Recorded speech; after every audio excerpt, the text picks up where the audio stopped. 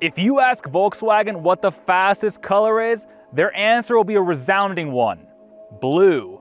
For the longest time, this rich blue hue has come to signify the most special models from the brand. And this, the all-new 2022 Golf R, is no exception. Volkswagen says it's the fastest, most powerful, most capable, most practical, and best all-around Golf we've ever received in the US. So let's waste no more time and do the thing you, me, and everyone else wants to do and hit the road and go for a drive.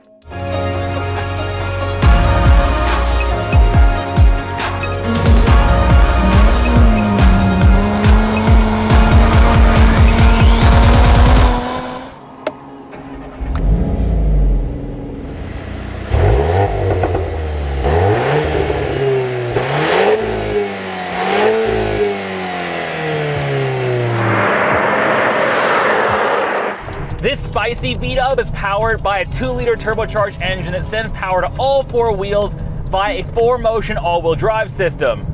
Power is up from the previous gen's 288 horsepower to 315 horsepower.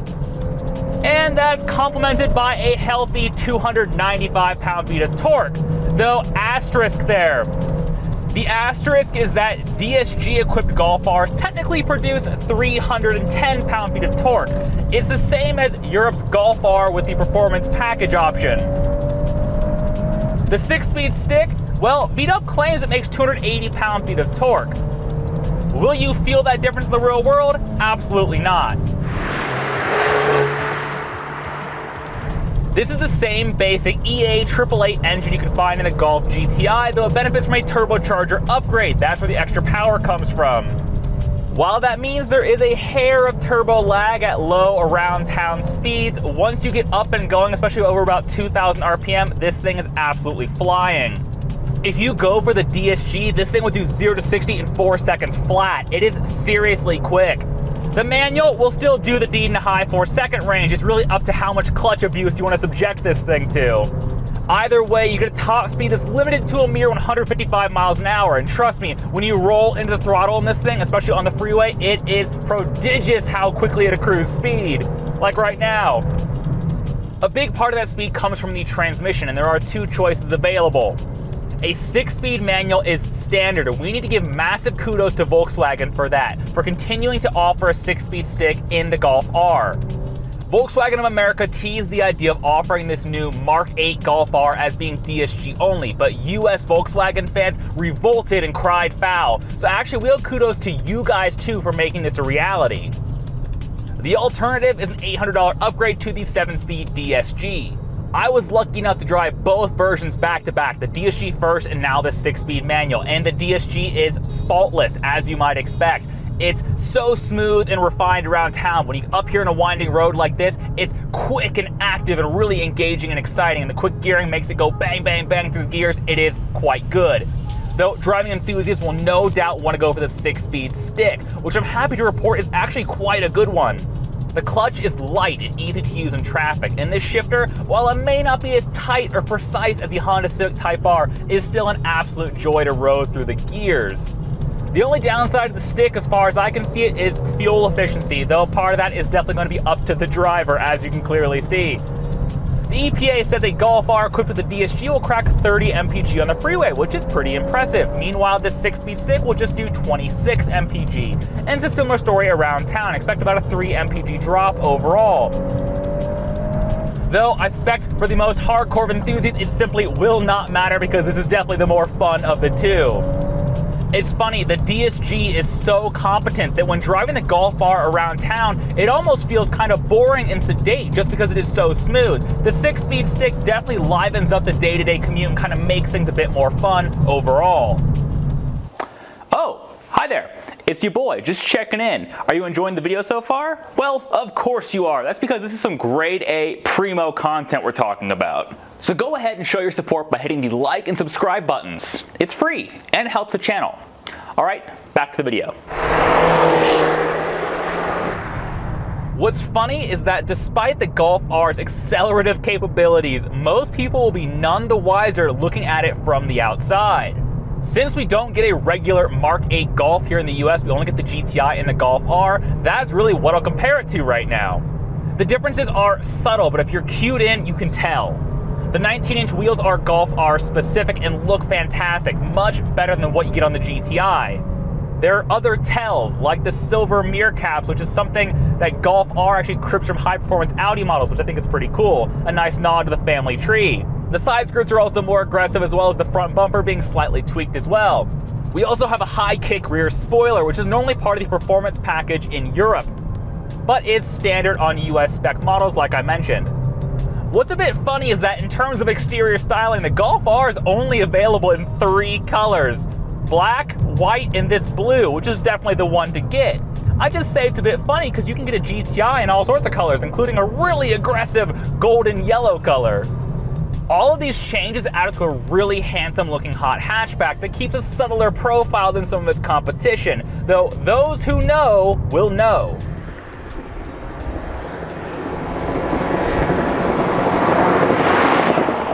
The interior sees similar upgrades. There's a lot of GTI common parts, but a few Golf R specific things, like these really comfortable buckety seats. The faux carbon fiber insert may be a bit garish, but the blue trim and the R badging, as well as the design overall, I think is really cool. Everything else in here is basically the same as what you find on a top spec GTI Autobahn pack. That means we have ambient mood lighting, which you can change the color of, as well as this 10-inch touchscreen, which is much maligned and for good reason. Everyone universally hates this system and Volkswagen needs to redo it immediately.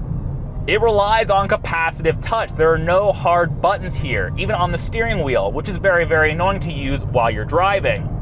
And the touchscreen itself is really fidgety, laggy, and prone to bugs. What's funny is that the DSG-equipped model I drove earlier was much smoother than the one in this manual. I suspect this particular car needs a software update, because it's quite bad. Beyond that, because the Golf R only comes in one spec, which is basically fully loaded, it's really, really nicely equipped. There's Harman Kardon premium audio. These seats are both heated and ventilated. The second row is also heated. We also have features like wireless Apple CarPlay, wireless Android Auto, and of course, wireless phone charging, which is just quite nice to have. And being a practical hatchback, I'm happy to report that at 6'1", I fit very comfortably in all 4 seats this thing, and there's 20 cubic feet of storage space in the trunk, which is massive. The Golf R is an eminently practical thing, but we really need to talk about the way this car handles.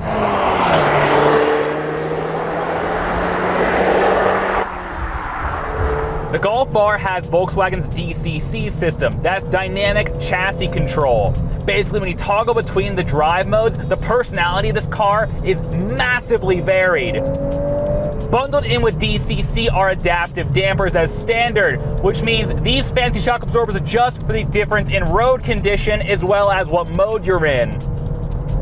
It is uncanny how comfortable this thing is around town. Seriously, if you leave it in comfort mode, the cabin is so refined and so quiet, and the ride is so comfortable, even on these 19-inch wheels with their rubber band thin sidewalls. But if you knock it into sport or race mode, this thing really comes alive. But the slick shocks aren't the only thing that changes with the drive modes. You also have the assist on the electric power steering, as well as the engine sound and the bimodal exhaust. And that's actually a slight sore spot for me, because as I mentioned, US spec cars have Europe's performance package as standard, which includes a sportier exhaust. But this thing I wish had a slightly more authoritative voice. It doesn't sound bad, I just wish it was a little bit louder. Then again, I suspect the people who are ready to drop 45 grand on a Volkswagen Golf R with a 6-speed stick are the same kind of people who don't mind dropping a couple bucks on an aftermarket exhaust. The word I keep coming back to with the Golf R is duality.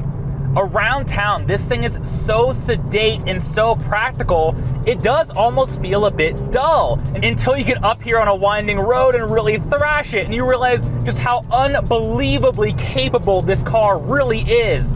It's amazing. The level of adhesion and acceleration and braking this thing has is just unreal. The only thing it's limited by are the tires, which is a good problem to have. Stick some more rubber under this thing and you will be absolutely flying. Compared to the previous Golf R, this new model has larger front brakes, a different steering rack, and a torque vectoring rear diff. All of that makes this a sportier experience. This is definitely the raciest Golf we've ever had on US shores. I mean, wow, just the way this thing corners is just amazing. This car instills so much driver confidence in you.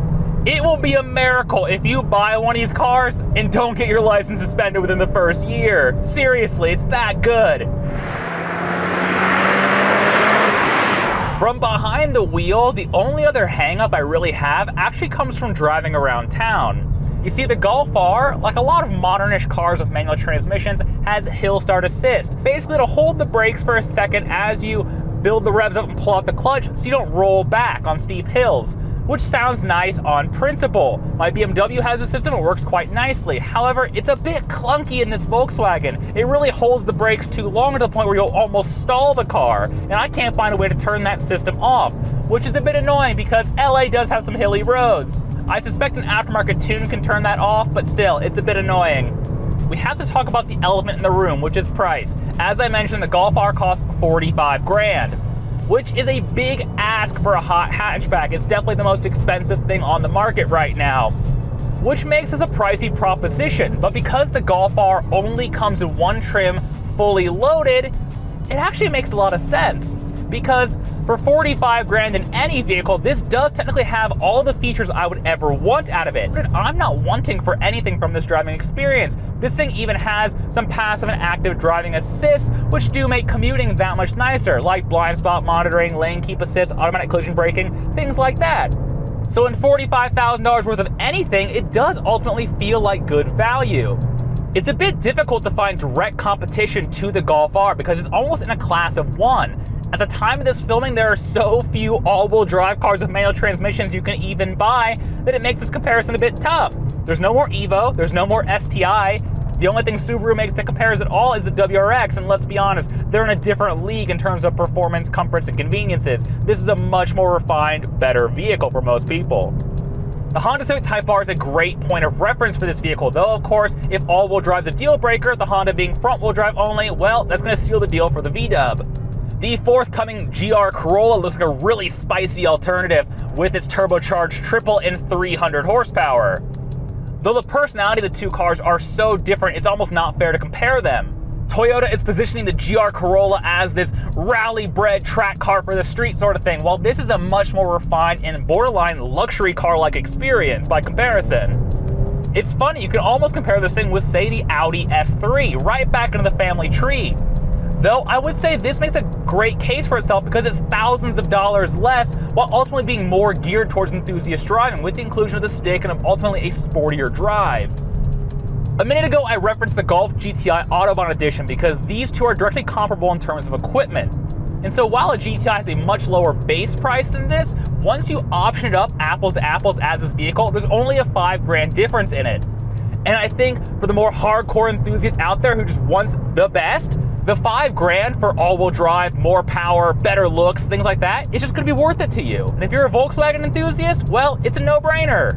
So the Golf R has a few clear missteps, but it also does so much right that I feel like many driving enthusiasts and many Volkswagen enthusiasts in particular will look past the shortcomings and appreciate this vehicle for what it is. It's quiet, comfortable, well-contented, fast, and engaging to drive on a winding road. So it's pretty much all the hallmark traits you'd expect from a Volkswagen hot hatch, just to the next level. But hey, that's just my take at it. I'm curious what you guys think about the new Mark 8 Golf R because man, I really like this thing. So hey, drop a comment down below. In any case, guys, my name is Jake. You've been watching Drive, Brake, Fix, Repeat, and I'll see you guys next time or go do more cool things with cars. Bye.